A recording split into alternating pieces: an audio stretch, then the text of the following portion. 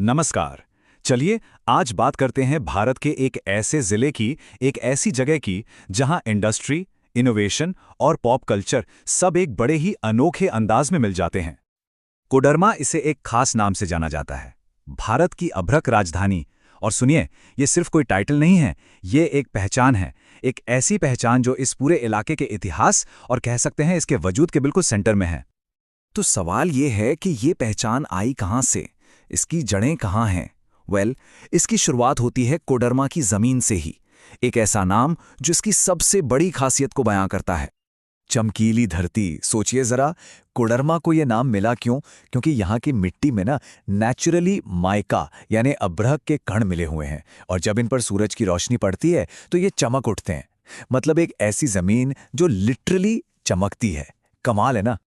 तो चलिए जरा लोकेशन देख लेते हैं। कोडरमा झारखंड राज्य का एक जिला है।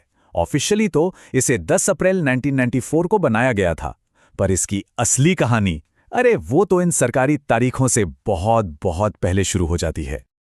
अब आते हैं उस चीज पर, उस मिनरल पर जिसने कोडरमा को सीधा ग्लोबल स्टेज पर लाकर खड़ा कर दिया। देखिए, कोडरमा में जो माइका मिलता है ना, वो कोई ऐसा वैसा माइका नहीं है। ये है रूबी माइका।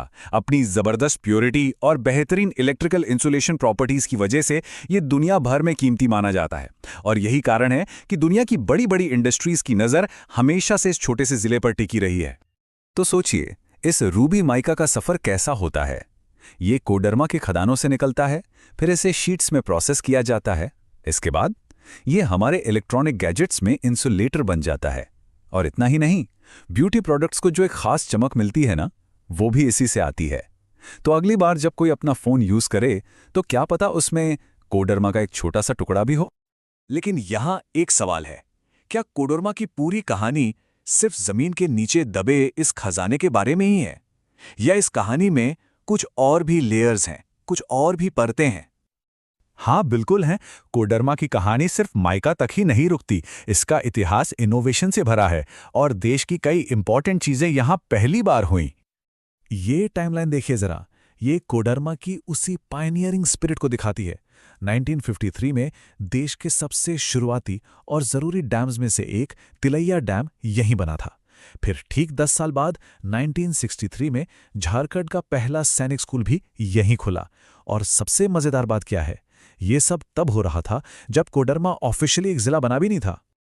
चलिए अब चलते हैं कोडरमा की कहानी के सबसे मजेदार और शायद सबसे अनएक्सपेक्टेड हिस्से की तरफ।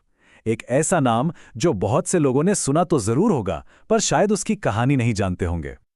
सवाल यह है कि आखिर कोडरमा के अंदर एक छोटा सा कस्बा झुमरी तिलैया पूरे देश में घर घर का नाम कैसे बन गया। इसकी वजह बहुत ही दिलचस्प है। जवाब आपको हैरान कर देगा, पर है बहुत सिंपल।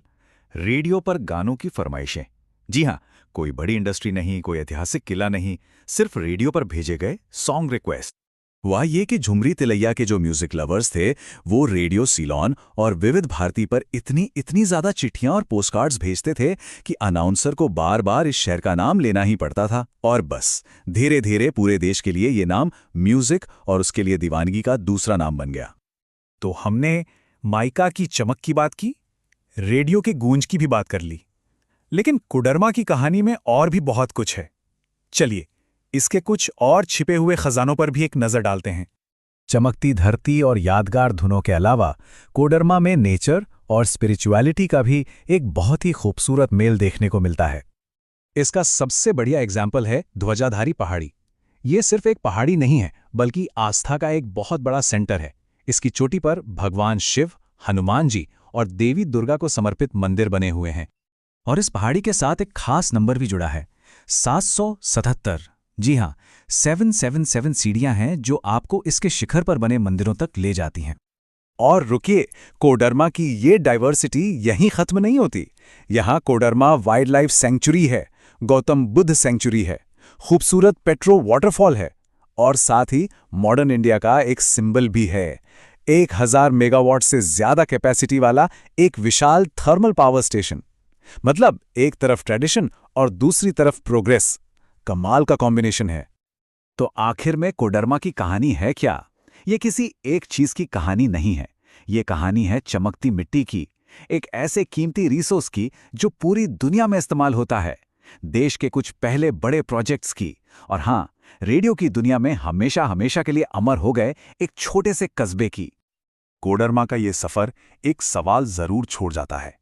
दुनिया में ऐसे और कितने कोने होंगे जिन्हें हम सिर्फ एक चीज के लिए जानते हैं, जबकि उनके अंदर न जाने कितनी ही ऐसी अनकही और अनसुनी कहानियां दफन होती हैं, है ना?